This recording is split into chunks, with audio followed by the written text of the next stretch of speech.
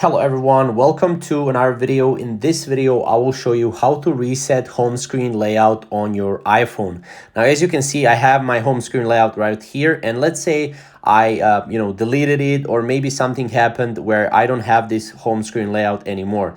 Now, let me show you how to fix it. So go to your settings right here, and then go to your general right here. Make sure to scroll down, go to transfer or reset iPhone here, and then click on reset. Now, what you will do is you will click on the fourth option right here, which is reset home screen layout, as you can see, and that will reset your home screen layout on your iPhone. Now, keep in mind, this will not reset your whole iPhone. This will just reset your home screen layout on your iPhone.